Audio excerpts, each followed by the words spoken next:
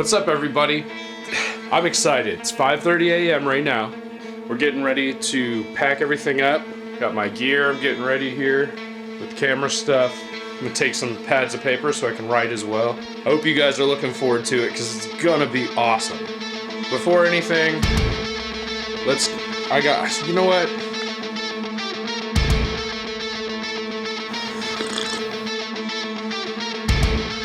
You, me, together, we're going down to Capitol University. They're doing this recording type workshop where they have separate talks going on. So we're gonna go check out 4 of them. You guys are gonna come with me. It's gonna be fucking great. Let's get it. All right, cold and rainy, but we're up and at 'em. We're getting ready to head out. We're gonna drive, go get some gas, and we're heading to Capitol. Let's do it.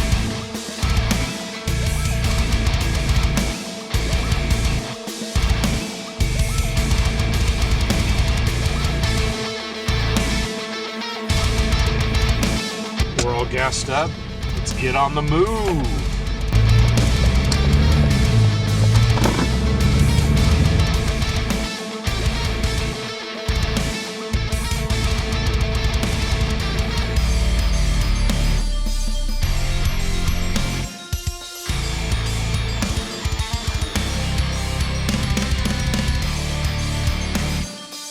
So far, it's 7:33. I left at 6.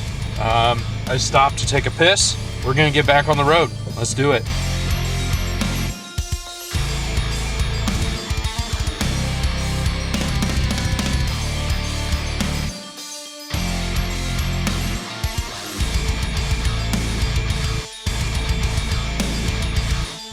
So, we're still driving. It's 8 o'clock. There's a cop right there. Think he'll come and get me? Nope, he ain't. He busy. Anyway, guys, one of the classes has to do with building a home recording studio. That's cool as hell. That one's being presented by, I believe, Aaron Spencer, if I'm not mistaken, at Apex Recordings. The other one that I'm definitely going to attend is by a friend of mine named Noose. He runs Black Moon Recordings, I believe, if I'm not... God, I hope I'm not butchering people's names in their studios right now. His presentation is called Breaking the Rules of Recording. So I love breaking rules. That's gonna be fucking cool. I'm trying to remember some of the other classes off the top of my head while I'm driving. I can't look at my phone, so I'm just trying to remember off the top of my head. I know there's one class about getting the perfect vocal. There's another one I'm really interested about mixing through hardware. I've been recently buying a little bit more hardware here and there. At this point, I only have two 1176s, a KT2A, and I have a Heritage Audio HA73 EQ, which I fucking love that thing. It's awesome. I love my 1176s. And surprisingly enough, I actually do love that Clark Technic LA2A that they made. It's fucking cool. But yeah, guys, just checking in, making sure you're still with me. Don't forget, like and subscribe. I've been thinking about maybe doing more videos like this where I kind of like go do things with recording or going to different studios, going to little recording workshops like this, and like vlogging my experience. If that's something you're into seeing, go ahead and drop a comment below and let me know what types of things you'd like to see me go check out so you can see it. How can I show you what you want to see? You know what I mean? Let me know. So I guess we're just gonna get back to this driving.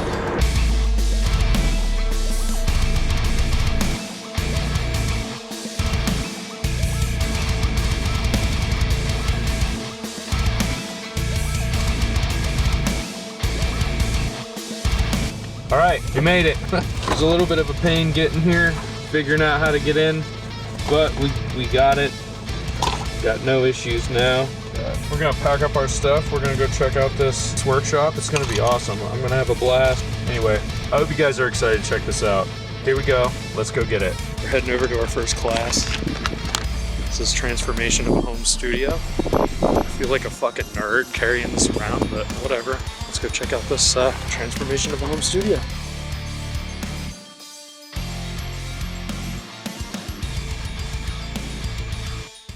This is my home studio build, transformation of a basement studio. The layout on this thing, my live room is about 24 by 18. I built an ISO room that's about 8 by 10, and a control room that's 8 by 20. I also put a full bath in there. It's about 10 by 14, and a kitchenette that's 8 by 10 because we didn't want people coming through our home, to use a restroom or, get something to drink or something like that. So, all right. So, research, plan, and execute. I had no less than 1,000 hours of research. Good resources are YouTube, Reddit, and just product reviews, man. Just seeing what success people have had with other products. I can't put enough stress on research. We're going to go through framing, electrical, insulation, wallboard, flooring, trim, HVAC, and wiring. So my control room ended up going in here. I've got my HVAC system for the house, part of the house down here. So I had to have a 36-inch hallway going through here so that I could service my HVAC system. I considered making some sort of a fold-down wall, some sort of a drop-down wall to service it so I could have my, the most space in my control room. At the end of the day, I just decided to build a 36-inch hallway.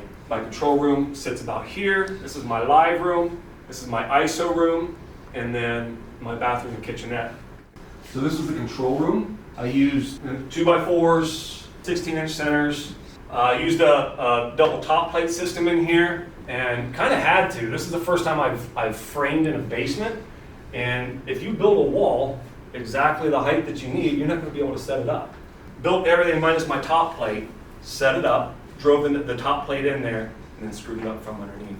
I used 3.5-inch screws to fasten all of this stuff. Everything is a double-walled system, with the exception where I have cinder block. I just didn't feel there was any value in putting 2 walls in there because it's a pretty dense wall.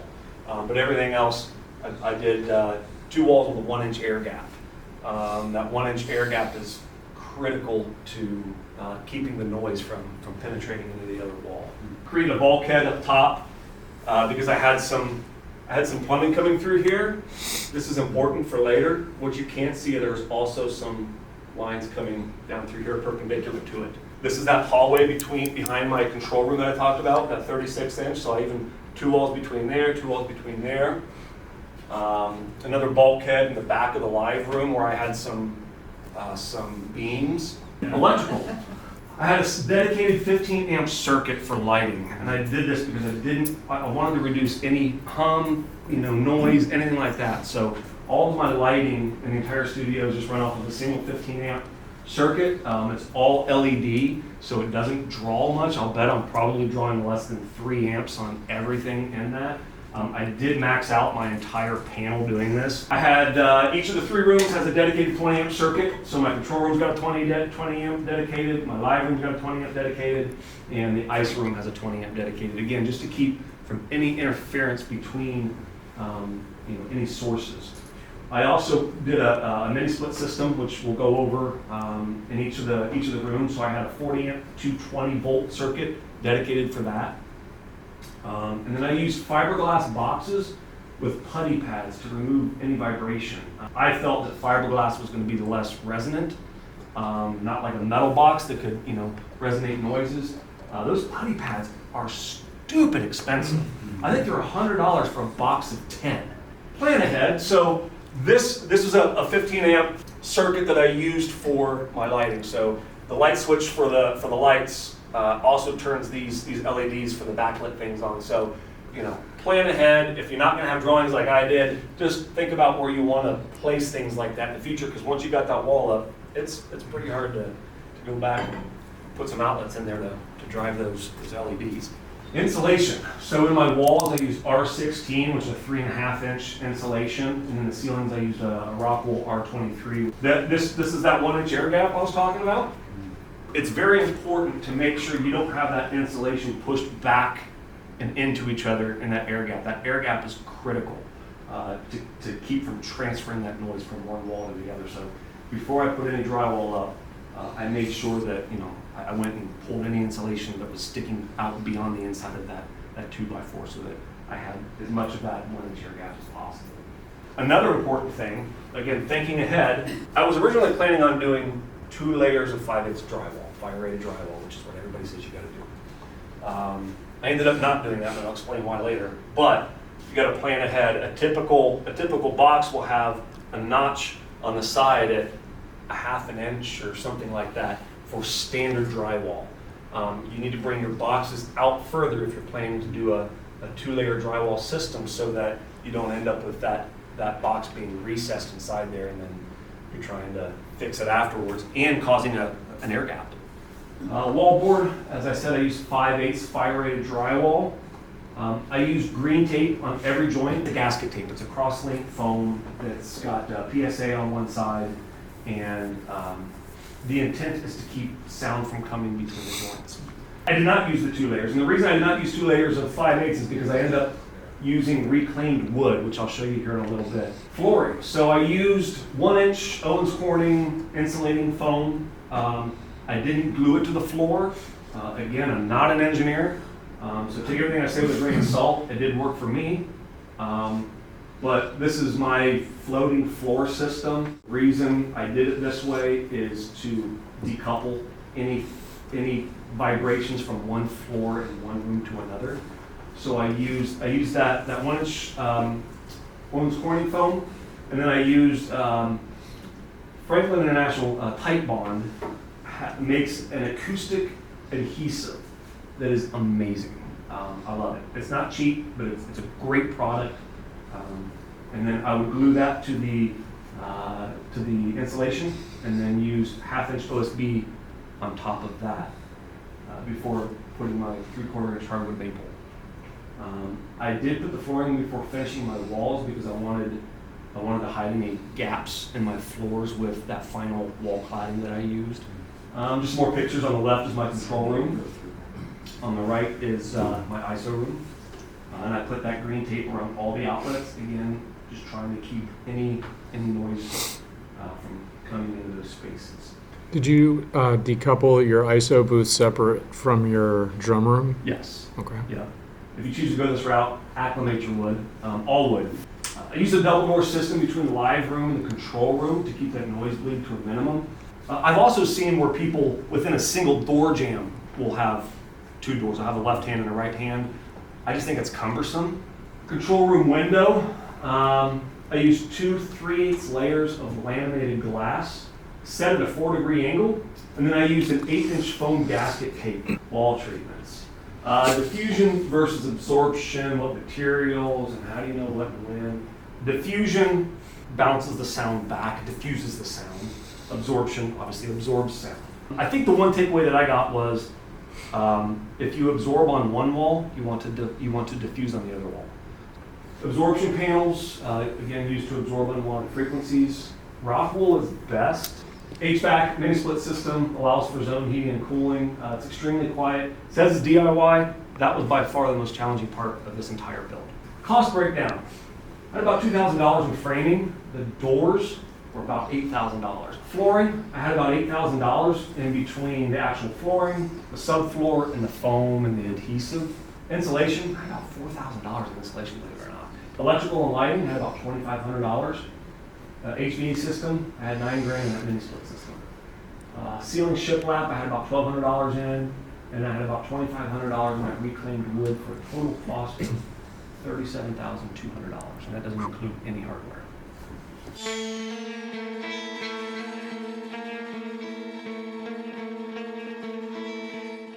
But mixing with hardware not only is a massive fun, but it still sounds so good. It's undeniable that going through all those tubes and transformers is something. So this is a no automation mix, and so here we go.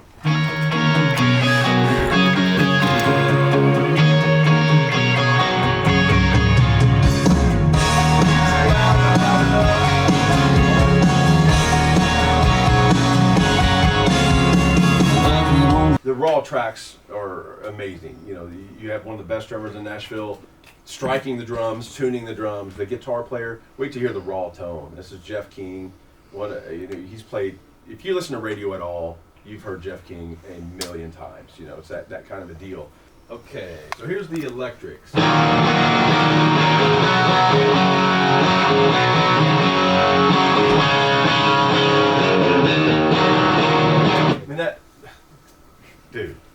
I mean, you know what I'm saying?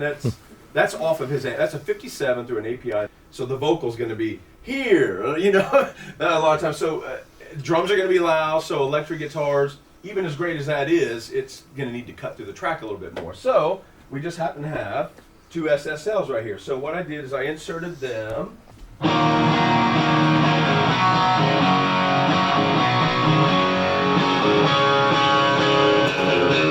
That's the way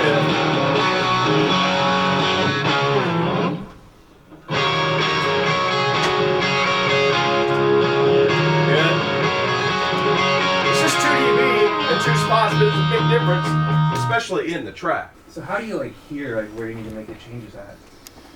That's a good question, because it changes. On an electric guitar, typically it's going to be between 3 and 6K, usually for me.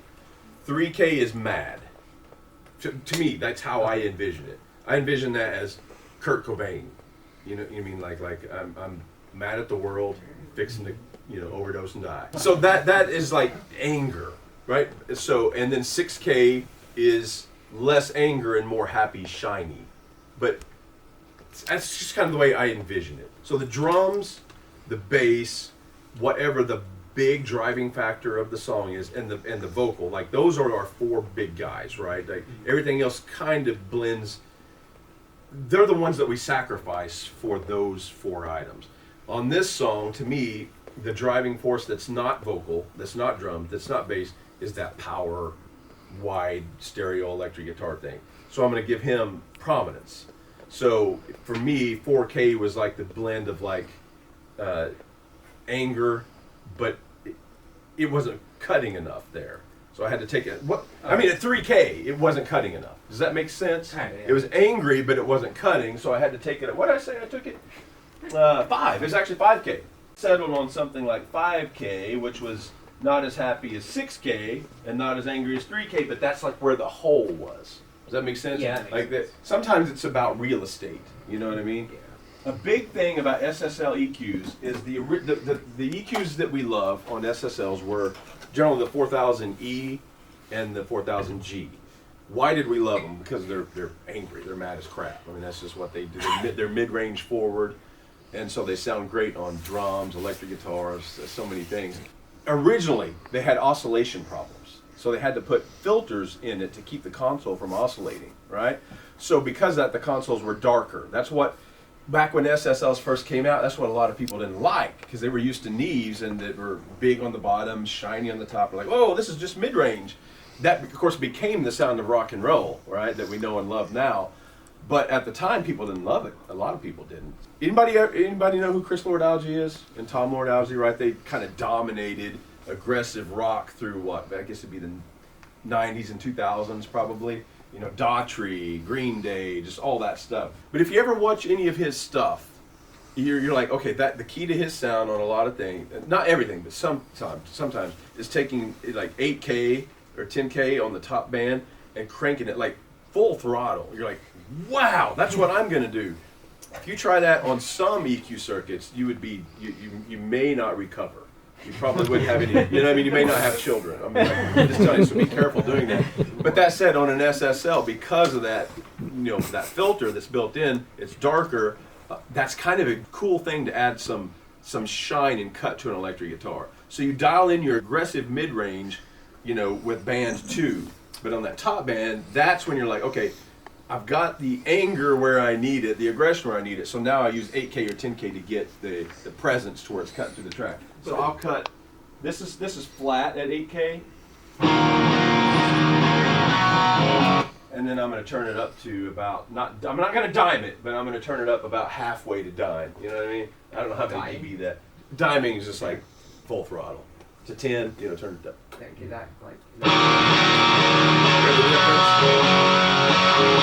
I'll flatten it again.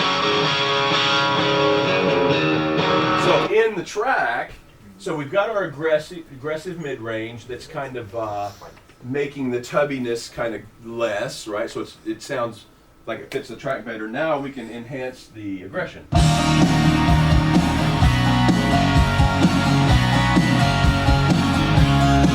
I'm sorry, not enhance the aggression. It seems to enhance the aggression though, because we're adding a little bit of shine to the mid-range that we already selected. Does that make sense?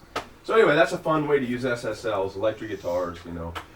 Here's a cool thing that I think we should go through. So the drums, you'll hear that they sound amazing. It was all Neves and APIs or Neves and API clones. But of course we had one of the best drummers that I've ever worked with on the session. And I'll mute, I do have 2 snare samples going, which I won't play because that's cheating. So this is just the drums raw.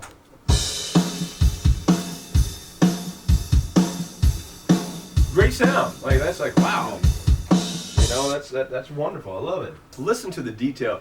He's hitting the stick real hard on 2 and 4, but then the would it be the 8th note right after that? It almost sounds like a delay. You know, that's not a delay. That's not an effect. That's him. Like they're just so freaking good. Anyway, that said, I am also adding in 2 samples to get more sustain and more attitude out of the snare. You hear the snares a little different now. For people that don't know about like the sound of modern music, samples are a big part of it. Like we can't get drums.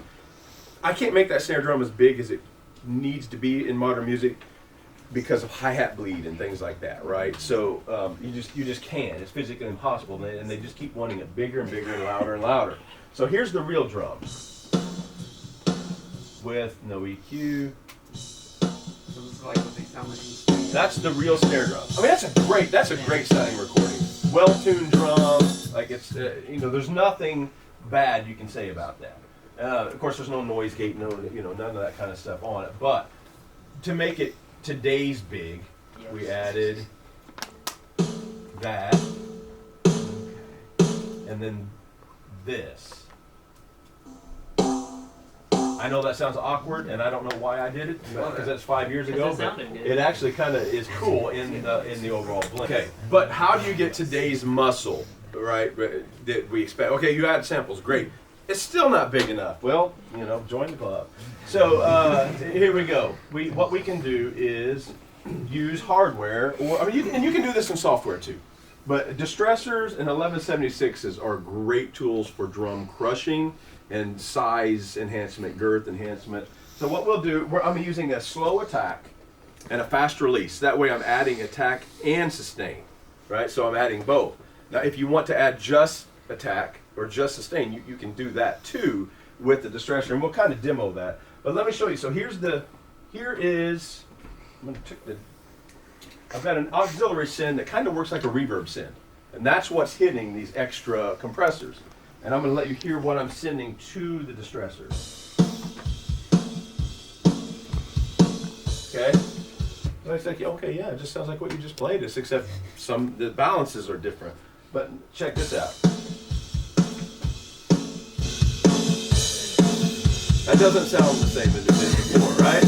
I mean, anybody can hear that. Okay, so what we can do, I'm getting more attack. Listen, hear that sustain? So I can bring that up underneath the drums. So here's the dry drums. Again, great. Like, I would be happy with that 15 years ago. But no one's happy with that anymore. So we can do this. Hear it?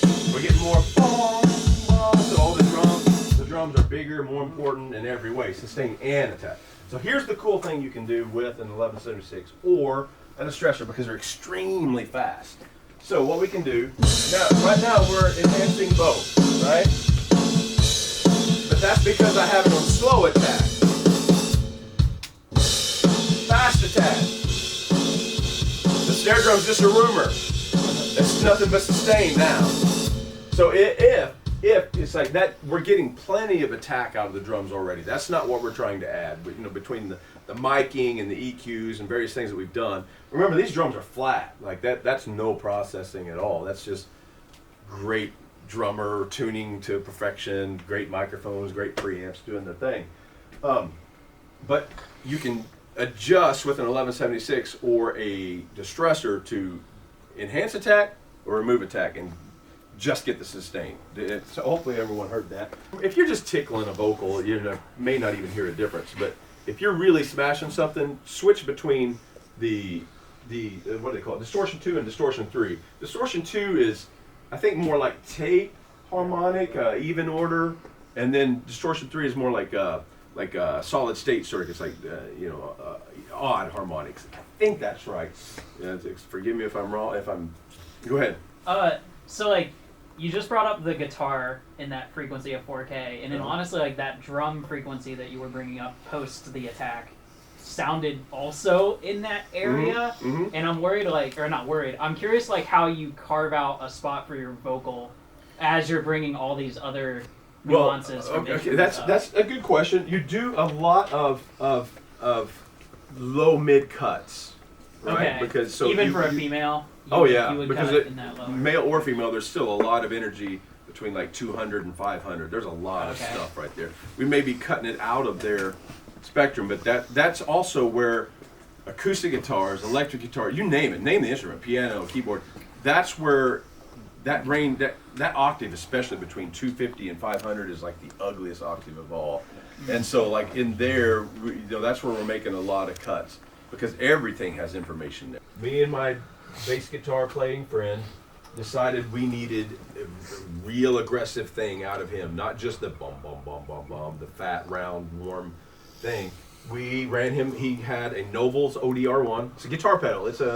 Think of it as a tube screamer kind of thing. So he was running through that. I was hitting it on a 1073 with too much gain and then trimming the output. So we're getting transformer, is crying, screaming for mercy, saying, "No, quit beating me up," that kind of a thing. And then we're hitting an LA2A2, but like 6 dB. So I mean, like we're going for a sound. And you did that in tracking? We did that in tracking. Okay. Sometimes you commit. Yeah. You're like, we know we want that bass guitar to be real aggressive and zingy, right? So we know, because it just fits the song. But it's also the same thing you could also just do with your AD console. Oh, absolutely. If I didn't want to commit, I could do that in the box afterwards. Right. But in the studio, when you got the musicians and the artists and everything there, let creativity be creativity and have fun. But as an engineer, I have painted myself into a corner way too many times when I was young, and I don't do that anymore. So I err on the side of under-processing, but with great tones. I want it to be inspiring in the player's ears. If I send it to another person and the producer says, such and such is mixing it, I want him to get the tracks and pull them up and be like, yeah, you know what I mean? But I don't so my room mics, do we all compress drum room mics? Absolutely. Do I do 20 dB of compression on them? No. Every once in a while, song by song basis. No, it's like, hey, this is that song. So let's go for it. But on the average, I err on the side of it could use a little more compression. Does that make sense? Choose the right mic. Do you want a bright microphone? Do you want a dark microphone? Do you want something in the middle? Where are you going to put it? What preamp are you going to put it in? Is this a fast preamp? Is it a slow preamp? Is it whatever? So you're pre-mixing by just all that stuff, and I err on that stuff. Okay. We use a great combination of preamps, a great combination of mics, and so I don't. Electric guitars, never touch it. I think we were talking about that earlier. Acoustic guitar, rarely. Sometimes the acoustic guitar player will be like, "Hey, on this song, can I get a little more top end because it's a really busy track." All right, guys, so far we've checked out transformation of a home studio. Aaron Spencer's the one that gave that presentation. It was awesome. Really eye-opening on things that you should keep in mind if you're trying to build a home studio. The other talk we sat through was mixing with hardware. That was given by Joe Carroll. I'm not sure how to pronounce the guy's last name. Apparently he had 11 Grammy nominations. That's awesome. Definitely knows what he's talking about, and you could hear it in the way he was talking about the stuff he was talking about. Leave down below which of the two so far you've liked the most. They've both just been super cool. I really enjoyed the transformation of a home studio because it really gives you a lot of insight on things that you might not have thought about before. Mixing with hardware, super cool. I don't even think Joe got time to get into everything that he really wanted to talk about, to be honest with you. There's so much to cover. So cool. Having such a blast. Let me know what's been your favorite one so far. I'm looking forward to the next two. Let's go get it.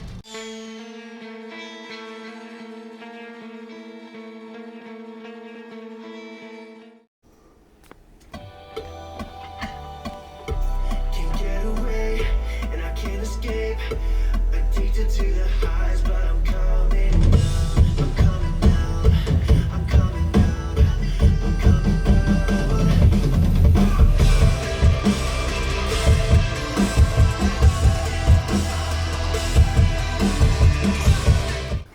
Today I just want to go over breaking rules when it comes to recording, and as you can see we had to kind of establish a baseline before we could do any of that. So what I wanted to do was we could probably file into the drum room real quick, just kind of take a look at how stuff's mic'd up. So here we got Ricky. We set up just a house kit. I brought in my snare, he brought his cymbals and stands and stuff with him. If anybody's got a keen eye, you'll see that a lot of this stuff is not how you would typically have it set up. So starting with kick, we have a 421. It's kind of known as a tom mic, but when it was first invented, it was known as a broadcast voice mic. A lot of these modern kick mics are voiced to be mid-scooped, top boosted. I like stuff that's really thumpy in like the 1K range, and naturally a voice is also in that 1K range, so I grab a mic that's suited for voice. So threw that on there, kick out. I kind of just looked at the mic locker and was like, all right, cool, let me grab one. And then I think that's the NT2. I just threw that on there, large diaphragm. And a lot of them will tell you, hey, start a foot away from the kick drum and then kind of move forward or back from there. And every time I would do that, it just wouldn't work. I would get too much cymbal and stuff, because a lot of these modern drummers, Ricky puts the cymbals pretty high up, but a lot of these modern guys that play a lot of like fast stuff where they're having to move around the kit really quickly, they'll have it lower, and then as a result you get a lot of cymbal bleed in that mic. So I saw a friend of mine recently, he just had it right up against the kick drum, and I was like, all right, cool, I'll try that. I know it's not traditional, and I did it, and it worked phenomenally. So since then I've just been rocking it like that. Personally, in my recording studio, we'll even go 3, sometimes even 4 mics on a kick drum. We'll throw one inside, one on the port, one outside. I know a lot of guys love sub kicks. It's not my thing, but I prefer running the kick out. Moving over to the snare, and this is something that a lot of people struggle with, especially when it comes to hi-hats, bleed from the cymbals, and all that fun stuff. We were just getting everything set up, so I haven't even heard what this sounds like yet, but I know we'll be pretty close to where I want it to be. We just threw a 57 up top. Personally, in my studio, we use Telefunken, but the brand doesn't matter. We just use whatever's available to us at any point. Just threw a 57 up top. On the bottom, we have an SM81, which is similar to these. I just threw one underneath. Condenser. A lot of people just throw another 57 on the bottom. That works too. But positioning is where it counts. I see a lot of guys selling like gizmos and whatnot to throw foam on there and like doing all this other stuff. That stuff's never worked for me. A lot of it's just been understanding the physics of a microphone and then using that to your advantage. So I've got this positioned to where 30 degrees off from the hi-hats. And the reason for that is a lot of guys, what they'll do is you'll think, okay, this is a cardioid mic. So you have a microphone like this, I'm just gonna put whatever I don't want it to reject right behind it. And that works in theory, but when in practicality, when you start to use it like that and you have it to where the hi-hat's right behind it, you actually end up getting more. The reason for that is if you look at a polar pattern chart, you look one up for the 57, you can find one right on their website. Right behind the microphone, above at different range, parts of the frequency spectrum, it actually picks up signals slightly differently. So I think the 57 starts picking up right behind it around 4K, and then at 8K it starts to become slightly omnidirectional. So then you'll mic up one and think that you're rejecting your hi-hat, and then when you go to mix it, you're like, why is there so much hi-hat in this snare mic? I can't use it. Then you end up using samples, and then all your hard work basically went to waste. So what I found was most effective place was to look up the diagram for it and then place it where it's most effective. And in my experience, that's kind of worked. It won't work in every situation and everything. Sometimes you'll have to have an open-ended conversation with your drummer or whoever you're working with, and be like, all right, cool, do we need to move your hi-hat away, take advantage of the Z-axis, move it up and down? I've worked with Ricky enough to know that like we put it right there, it'll work. I'm pretty chill. He's pretty chill. And if I tell him to move stuff, he'll move it. But he's got broad reach. I play drums as well. I kind of do the same thing where my crashes are a little bit further out, and that honestly helps for recording because you're further away from your shells. Another thing we take advantage of is proximity effect. So a lot of people will look at, all right, I'm going to point the rack tom mic like towards the edge, towards the center. That's fine, but the thing I'm looking for is the initial transient. Toms, I'll do like a 3-finger rule, and then just kind of do that. And for the snare, I'll do 2, because as you get closer to a source, you have more pickup in the low end. So I'll do that, because not only am I getting the advantage of the proximity effect, it's also helping me get a hotter signal from the direct source into the mic, so I don't have to crank up the gain as much, and then as a result have more bleed. So the toms, I just threw 604s on them. Somebody I looked up to in the industry basically said, throw anything on a tom, it'll probably sound like a tom. So I'll just throw whatever on there. So, I've experimented with different mics and stuff, and yeah, they have a different pickup response and stuff like that. But at the end of the day, what matters more is like how you hit the drum, how you tune the drum, the performance. I mean, you're just capturing that at the end of the day. If I sit down and play the song, it's not going to sound the way that Ricky plays it. It'll probably sound a lot worse. And then overheads, I have a weird philosophy with them.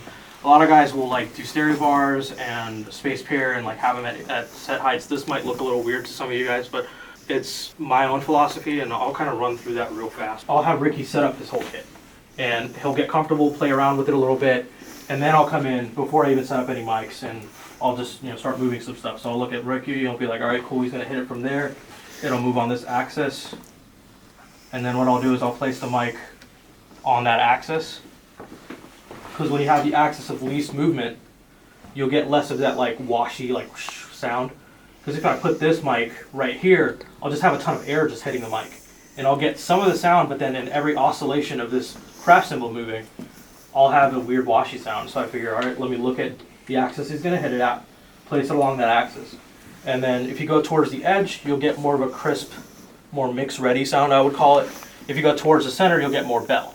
It'll be really gongy and stuff, and you can utilize that to your advantage depending on the type of music you're working with. If you're working with more indie stuff, maybe you want it to be more gongy and dry and less movement. But in this very high energy song, I wanted more of that like high white noise kind of thing, because there was a lot of electronic elements to the song, so we just needed to add some energy into there.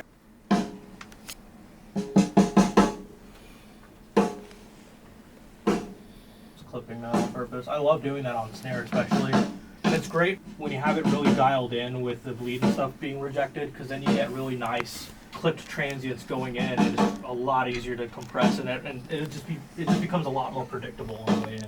So I'm gonna leave the snare bottom in the way it is because I'd rather just that be a clean signal. Can I get the rack tom? Floor tom?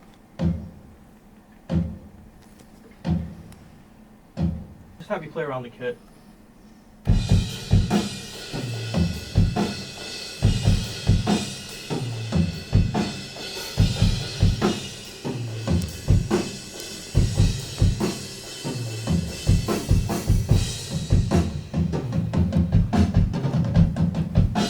I'm just gonna play real quick the originals so you guys can kind of get a feel for what the final product sounded like when we did the song at our studio.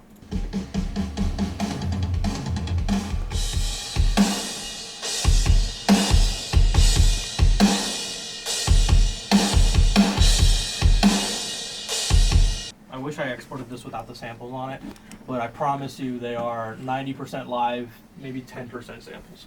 And a lot of that was just knowing these guys, knowing how Ricky hits, getting the tune, the drums set up the way he likes them, and then letting him be comfortable, and then just getting the takes right. And a lot of that throw that we hear, the sustain and the kick, and just the drums in general, those come from those hallway lounge mics that we threw up. And if you take those out, it basically the entire life of the drum track just collapses. So. I'm coming down. I'm coming down.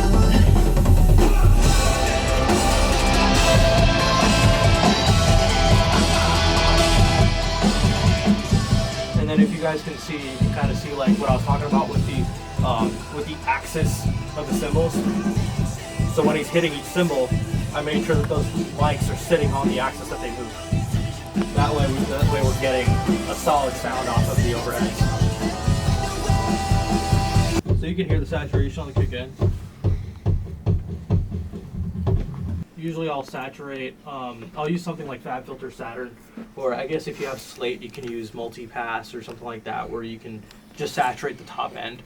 And then that way you can keep a clean low end on the kick drum there. Let the kick out, kick in, kick out. Get a lot of good low end on that one.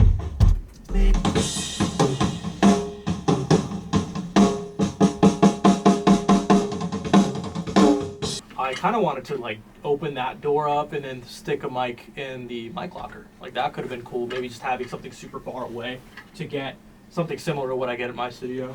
We're out of time. Yep. Well, Thank you so much for spending some time with me. I actually did not expect this many people to show up, so it was a pleasure meeting you guys and having a conversation. Help yourself to some stickers on the way out. You can follow us on Blackman Reporting.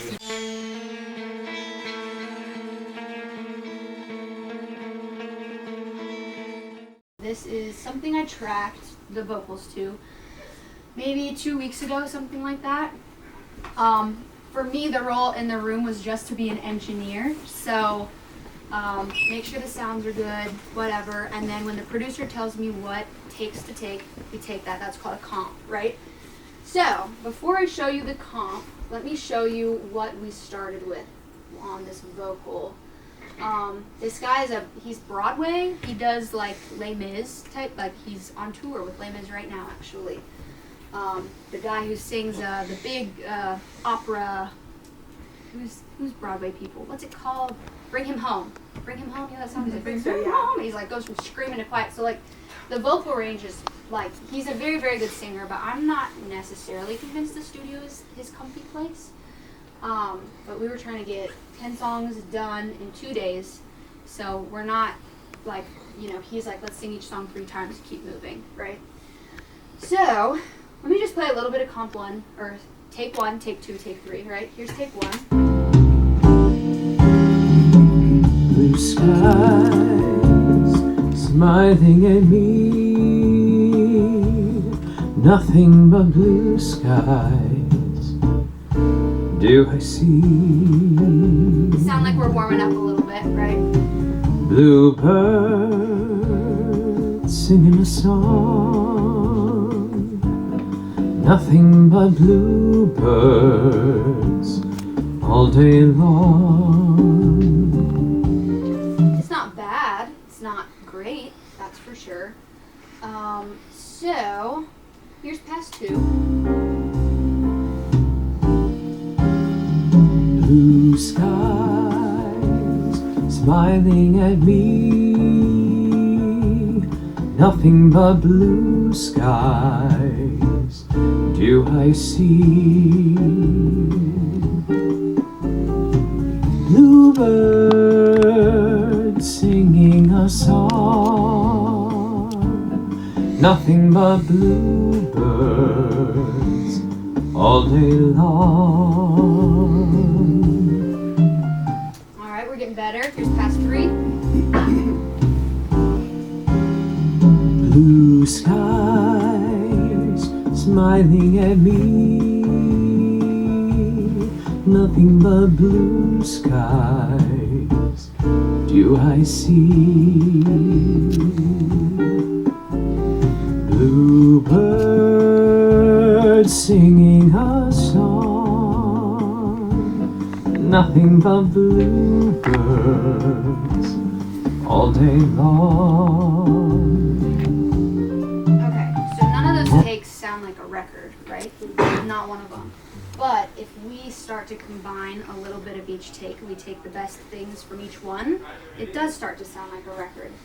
So most days I am just the engineer. On this day I'm just the engineer. So it's not my job to choose this comp, but this is what the producer chose, just so you can hear what's going on.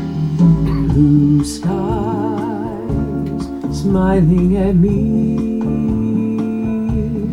nothing but blue skies do I see. Bluebirds singing a song, nothing but bluebirds all day long. I'll play a little bit of the next phrase just so you know where we're going. Never saw the sun shining so bright, never saw things going so right, noticing the days hurrying by.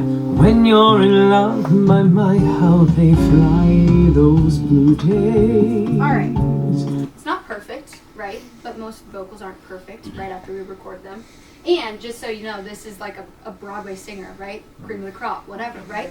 But the deal is like, it's not going to be perfect, and we have the technology to help in places. So instead of killing him on the vocal day, Why are we gonna do that when we can edit after the fact, right? So, my first step when this is done, when we're done recording, is to get all the fades good, right? We don't want any double breaths, so we might go in and like listen soloed. Nothing but blue skies do I see. I know there was a bad one in here somewhere. Nothing but blue skies do I see. Nothing but blue See, we need a fade there. birds all Basic- day long. Basic cleanup, right? Here's a good example. This will probably be ugly right here. So right, noticing Never the mind, it wasn't days hurrying by. When you're in love, my, how they fly. Those Essentially blue soloing it all up and making sure, I mean, there's spit and there's all kinds of gross stuff that we can get rid of later, we can get rid of now, but like, here's a great example. Gross. That's nasty. So at the beginning, I'll get as much of that kind of stuff out as I can, because we just don't need it, right? But when we're good to go, we're gonna consolidate it all. Do we know the command for consolidate? I don't want any of this to move now that I know it's good, right? So Shift Option 3, consolidated. It's now one audio file, right? I'm gonna undo that though in case I need it. So, here's the full song. Everything is consolidated, cleaned up. You guys can all do that yourself. It's super boring to watch. Our next step is to print into Melodyne. So some people might go through and do other stuff first. I prefer to tune first, so that's what I do. Let's see. I think we want to print onto this one. And then there's a much faster way to do this, but this is like my break time. blue sky. So I just let it go in slow. It is now in Melodyne, and you can see that down here, right? Okay, Melodyne. Let me find the right measure. Alright. Blue sky. My step one, typically, Smiling at me. is to turn my band down. I want to hear vocals. I want to hear all this stuff. Blue skies. Smiling at me. Alright, so he's obviously flat all over that. Nothing. Right? There's a couple other things to know besides that, though. So this S right here, we don't want to touch the S. The S, if we move this S, listen to when I move it, how the S starts to sound squirrely. Oh, we don't need to be moving our S's. There's no reason to pitch correct our S's, our F's, our T's, our Smile. No, I don't need to move my S. So, Blue skies. alright. It doesn't sound terrible, honestly. Typically when there's something like this where he stays pretty straight tone, I'll move the whole file first. Okay, first of all, goodbye S. Move the whole thing. But then, I think that vibrato does not stay quite as centered as I would like it to stay. So, I'm going to show you one thing here. This is a tool, this pitch drift tool. Basically what it does is it takes the beginning and the end of a file and it twists it like this or it twists it like this. So think you're twisting from the corners of Melodyne rather than the center of Melodyne. So if I do this, this right here moves with it, right? And that's my skies, you know, he's going into it. We don't want to move that first gear up into it. So I'll show you what it sounds like. Blue skies. Yep. Smile. We want this little dip right here to stay where it's at. Basically, Melodyne didn't recognize that that's two different notes, right? But I think this could be better. So let's take this pitch drift tool, the one that goes like this, kind of, and let's just help it a little bit. Blue skies, smiling at Sounds good to me. Keep moving. Blue skies, smiling at me. Pitch is all off there, right? We want this. Smiling, yeah. Okay, something to note right here. Yeah. See this red blob, right? Sometimes when we're learning, we try to tune vocals visually, and just don't do it. Don't tune with your ears, not your eyes, right? Because if I'm tuning with my eyes, I'm going to take this, and I'm going to put it in the middle of that G, You see the G here? If I tune with my eyes, I'm tuning it. So let's see what it sounds like. Blue skies smiling at me. He's sharp there. The at is sharp, so we don't want that. So we've got a tool in Melodyne that will take all of our pitch and it will just kind of take it all and just like center it all a little bit, right? So think of that as a tool that doesn't grab from the sides, it grabs from the center and it says, okay, how can we bring everything kind of to the center? So let me show you what that is. That would be pitch modulation tool. So watch what the note does when I drag down. See how everything goes to the middle? That's a really great tool, but not on all things. So listen to what this sounds like. You saw that big vibrato? Listen to how it sounds now. Blue skies smiling at me. We Nothing. don't want that, right? So undo on something like this. I really think the only part of the note that needs help is this right here. So I'm going to cut it, and then I'm going to try and center a little bit, and maybe a little bit of that. Blue skies smiling at me. Maybe a little mechanical, but not near as mechanical as the last one. You know what I mean? And there's some other things we can do here. Like you see this here, if this feels like too much of a stair step up, we can sort of like soften that a little bit. See Blue what it sounds skies smiling at me. I like that. Nothing but blue And skies. we're back to ground zero, right? So listen to pitch on measure. Undo that. One thing about not using it in the new way is you gotta keep yourself in check here. Nothing but blue skies. Right? We missed tons of notes there, so let's get rid of our. Nothing but blue. Goodbye. And I'm gonna guess that that needs a little taming at the front. Let's see what that sounds like. Nothing but blue skies. Okay, so there's nothing wrong with that, right? Something that always bugs me is I see stuff like this. That's not in the key of the song, right? But if I move this, we lose the natural intervals, the way he sung the song, right? It's natural for someone to sing into a note. Their pitch is gonna veer up into the note. So it may not be in the key of the song, but it's still a natural way of singing. And this is jazz, essentially, loungy, whatever. So we don't want to sound like mechanical, right? We want to sound like an actual singer. So I'm gonna leave it. Nothing but blue skies. Okay, this right here is a good. So his pitch is going up and down a little bit. I don't know that it's that bad, but he is overall flat, right? Blue skies. That's flat.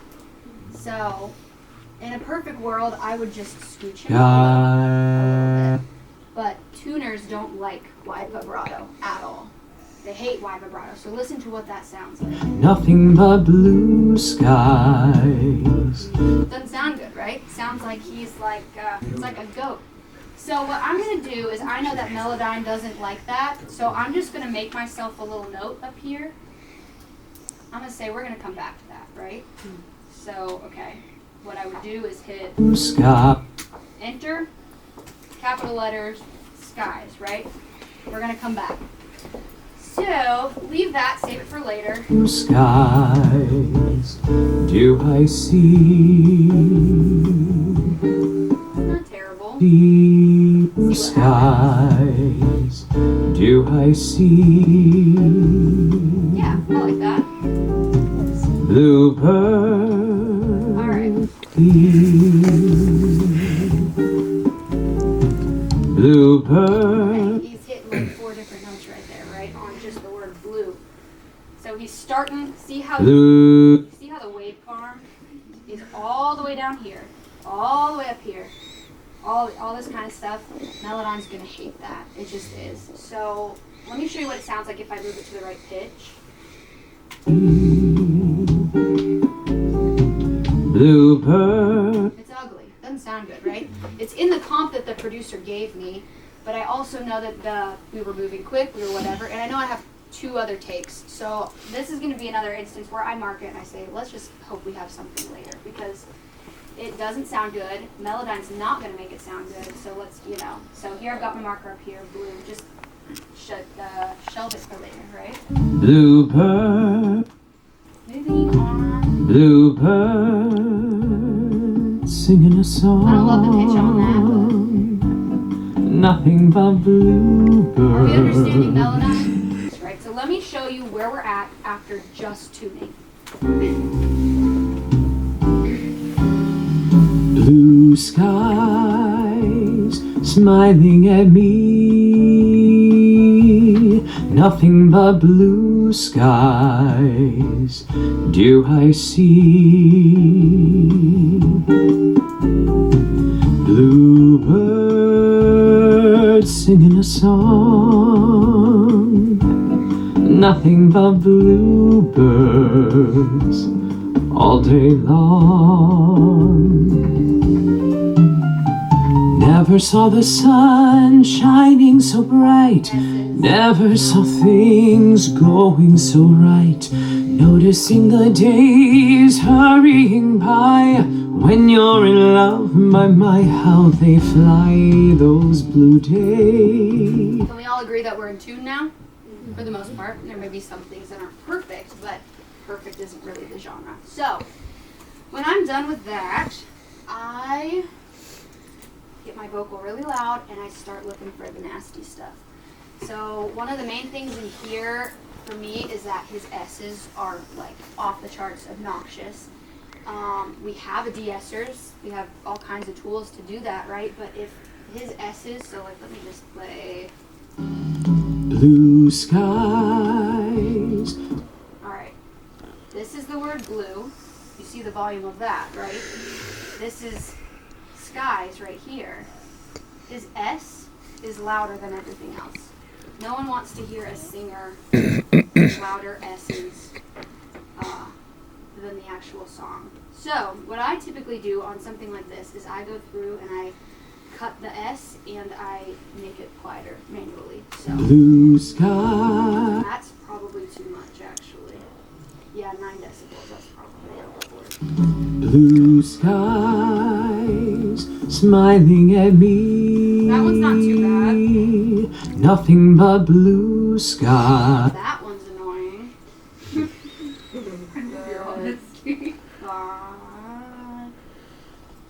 Goodbye, Earl. What's that song about? Killing her husband? Yeah. Blue skies do I see. You know, and then Bluebird. because I've already done this, let me just play this section. Never saw the sun shining so bright. Never saw things going It's just so ugly, right. you know? Noted. Like it's Do you ever use the sibilance balance tool in Melodyne? I do, yeah, but I don't like it. I can hear it. This I hear less. Never saw the sun shining so bright. So I would go manually through and do all of this. Let me just show you what happens when you overdo it though. Because you can overdo it. You can say like, oh, I don't, just turn them all down, right? But listen to what this sounds like. Never saw the sun. So it's one of those edits that's very effective, but you need to listen when you're doing it, right? You don't want to just like free ball the S's, because it looks like when you get good enough or you spend enough time in Pro Tools, like I can say that's probably an S right there, guaranteed, right? Yep, it's an S. So that's one step of editing S's, which is like in itself is like, I mean, boring but very important, and it's going to help him out in the mix so much. Modern music is so important because we're compressing more than ever because that's the expectation. Not as much as this genre, but most other genres we're compressing so hard the S's are missiles until we take care of them. Mm-hmm. And think of your reverb, like you ever hear an S get a reverb? Oh, It's just yeah. like- There's one song that I recorded the vocals on a few years back, and it was like this super like, it was a singer who was not very good, but for some reason it was like he sang it so well, and it like was such a meaningful song, right? And I go and I listen to the mix. Joe did not mix it, so I'm not throwing him under the bus. But I went and I was like, oh, I just want to hear this one song that I worked on, and I play it, and it's like line 2, the S. You hear the S, and you hear the reverb go. It's like, just ruin the whole stinking song for me. I don't want to hear more S than words. It's just not my jam. So anyways, that's one part of editing, right? Now there's actually a lot more going on here that is like pretty nasty. So let me solo this up. Blue. Did you hear that? Blue sky.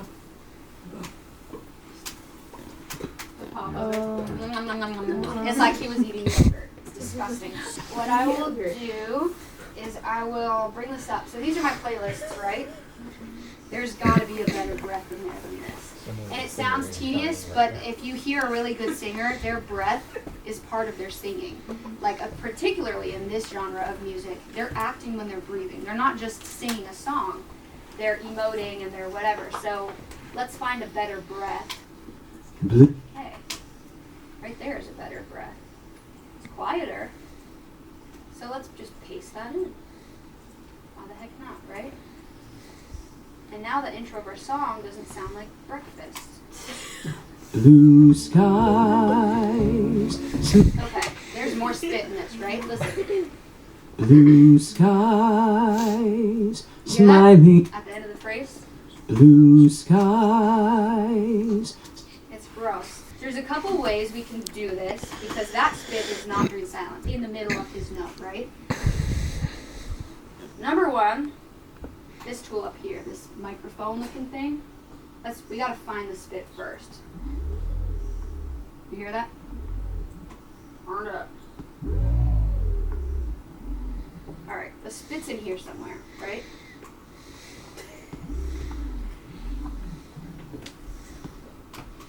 Spit, we found it. So, there's two ways to edit this out, right? We've got a pencil tool. When you zoom in enough, just draw that sucker out, right? But my hands are shaky, so what I would typically do is I would take this waveform here and I would just cover it up. Just say goodbye. I should have made a break point here, but I didn't, but it's like not even a millisecond, so whatever. Blue skies. Smiling. Since you do vocals, what kind of advice do you give when it comes to check your distance from the mic? I'll just, if someone's too close to the mic, I'll just move the pop filter away from the mic. But do they, while they're performing, do they kind of move back when they're hitting Sometimes. those louder notes? And Sometimes they will, yeah. Some that's good. You know, Yeah. if they're helping regulating themselves Working a little the mic bit. a little Right. bit. Honestly, the worst, if you have a bad room, that can be a problem. Oh, yeah. But one of the tricks he taught me actually was that if you've got someone who's too in the mic, right? You can, so like we just did this big Christmas Stephanie J. Block Broadway girl. And she was so loud in the mic, and I remember texting him and thinking, I don't know how, I'm not clipping at my preamp, I'm not clipping at anything. It's just too much going into the microphone directly. So, of course, I didn't text him early enough, but if you take your mic and you angle it up like this, it's still pointing at the mouth, but it's not getting that direct, like, straight into the capsule of the microphone. So those are some tricks. But. So, unfortunately, We're done, aren't we? Oh, good. We need to get And just like that, we're back in the studio. I had a great time taking my trip down there, getting to be in that environment and just, you know, picking up on everybody's different mindsets and everybody's different mentalities on recording. It was so cool getting to go check that out. Let me know down below what your favorite takeaway was from all of these. What was your favorite class? What little bit of advice did you think was probably the coolest? For me, on the first class, I liked hearing how he used that foam to create his floating floor system.